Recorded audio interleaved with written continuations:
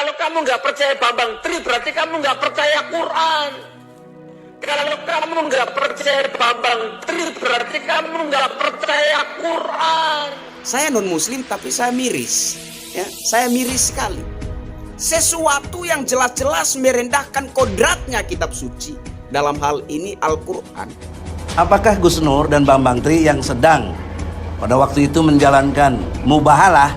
Mubahalah itu satu sumpah atas nama Allah, siapa yang benar siapa yang salah, maka yang benar diselamatkan oleh Allah, yang tidak benar dilaknat. Dasarnya Ali Imran ayat 61. Surat Ali Imran ayat 61 itu tentang mubahalah. Maka pertanyaan seriusnya, apakah menjalankan perintah surat Ali Imran 61 itu penistaan agama? Di mana penistaan agamanya? Artinya kan Gus Nur tidak punya kesalahan apapun. Bambang Tri juga gitu, kenapa ditahan gitu loh. Nah, itu logika hukum yang nggak benar, kezoliman dari hakim yang nyata gitu. Apalagi nanti ujungnya tetap dihukum gitu. Hakim, saya berharap Anda takutlah kepada Allah. Nanti kata Rasulullah, dari 3 hakim 2 masuk neraka. Tapi kalau putusannya tetap menghukum Gus Nur dan Bambang Tri, ya 3-3-nya masuk neraka gitu. Hakim nggak benar, hakim nanti kalau memutuskan begini nanti masuk surga. Kalau memutuskan begini nanti dilaknat. Pak Egy, sadarlah, Anda itu hanya seorang pengacara, ya.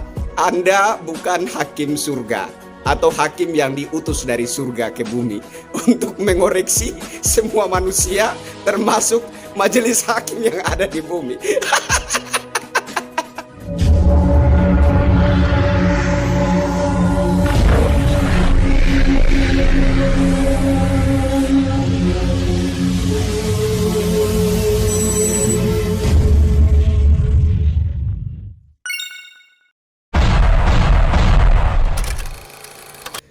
Halo Indonesia, saya Kristianto Yen Oni, salam NKRI. Kali ini saya ingin menjawab pertanyaan dari Egy Sujana ya. Saya bingung nih, apa Egy Sujana benar-benar tidak mengerti di mana letak si Gus Nur menistakan agama, ataukah dia mengerti tetapi hanya sedang berupaya untuk ngelak, menghindar gitu ya. Saya pikir yang menjadi persoalannya bukan apakah si Gus Nur itu telah menistakan agama atau tidak. Yang sebenar-benarnya menurut saya adalah siapa si Gus Nur ini. Apakah satu kubu dengan Egy Sujana ataukah berbeda kubu?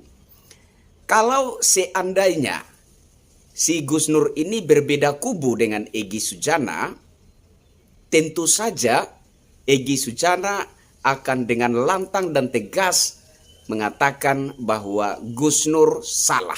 Gus Nur telah menistakan agama.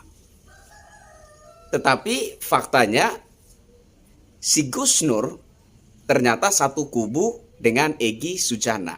Itulah sebabnya sesalah-salah apapun Egy Sujana akan unjuk gigi untuk membela dan membantu si Gus Nur ini. Kan seperti itu situasinya, iya kan? Nah, saya ingin kasih tahu Pak Egy Sujana, di mana letak kesalahan Gus Nur? Di mana letaknya Gus Nur menistakan agama? Kan seperti itu yang selalu ditanyakan, ya kan?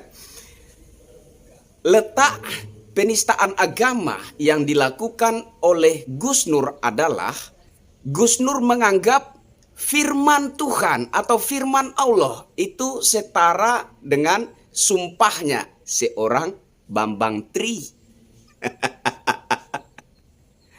Begini Pak Egy Sujana, sebenar-benar apapun perkataan seseorang, statement seseorang, sejujur-jujur apapun cerita dari seseorang, itu adalah perkataan manusia.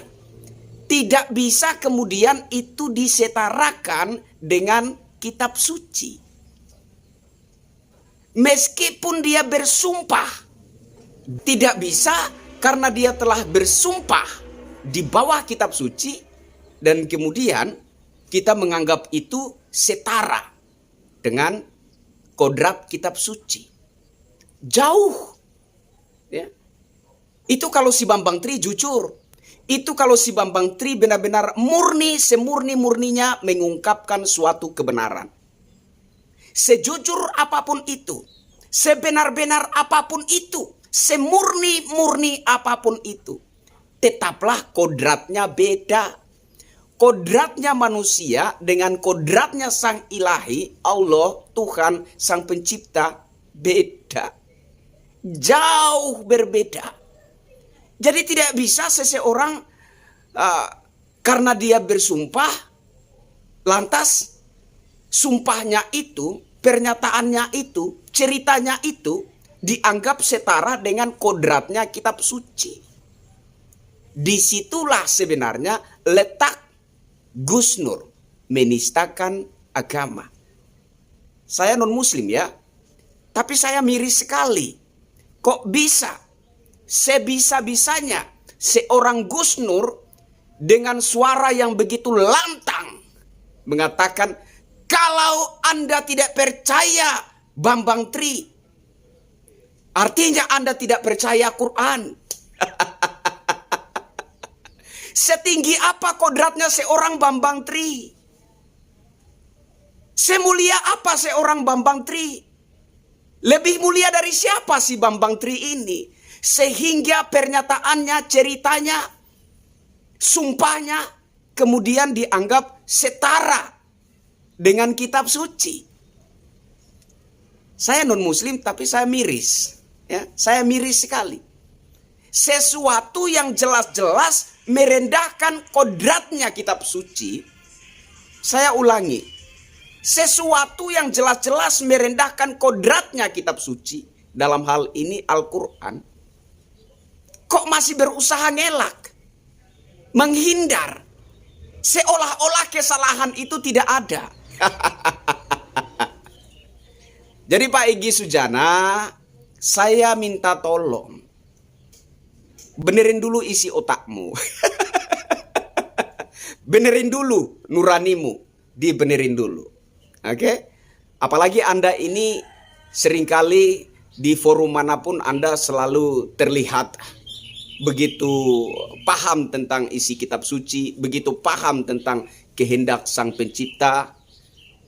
Kemudian di persidangan juga Anda seolah-olah memposisikan diri Anda sebagai hakim surga. Pak Egy Sujana,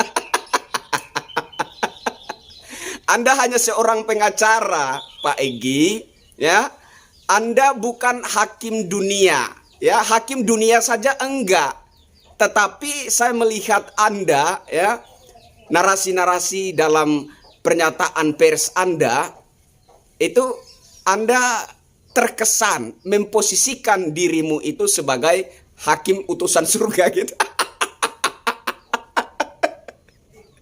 Ini salah, ini enggak benar, itu enggak benar, hakim enggak benar, saksi enggak benar, semuanya enggak benar. Hanya Anda, pemahaman Anda, persepsi Anda, hanya itu yang benar, yang lain salah. Tanya dong, sejak kapan Anda diutus dari surga? Sejak kapan Anda diutus ke bumi sebagai hakim surga? Sehingga hakim pun Anda ceramahi. Saya agak sedikit bingung juga ya dengan majelis hakim ya. Kok si Egy Sujana sepertinya diberikan keistimewaan dalam ruang sidang gitu. Sehingga dia bebas mengutarakan apapun yang dia mau. Dia bebas mengutarakan segala persepsi yang ada di dalam otaknya. Setelah persidangan keluar konferensi pers, dalam konferensi persnya Egy Sujana mulai menerangkan itu, mulai memaparkan. Ini enggak benar, itu enggak benar, hakim enggak benar, hakim nanti kalau memutuskan begini nanti masuk surga. Kalau memutuskan begini nanti dilaknat. Pak Egy, sadarlah. Anda itu hanya seorang pengacara, ya. Anda bukan hakim surga atau hakim yang diutus dari surga ke bumi untuk mengoreksi semua manusia, termasuk majelis hakim yang ada di bumi. Saya kira seperti itu ya. Saya Kristianto Yen Oni, Pak Egy, semoga Anda mengerti. Salam NKRI. Rakyat Indonesia. Masyarakat kecil belum mengerti makna kemerdekaan. Berkenan di hati Bapak.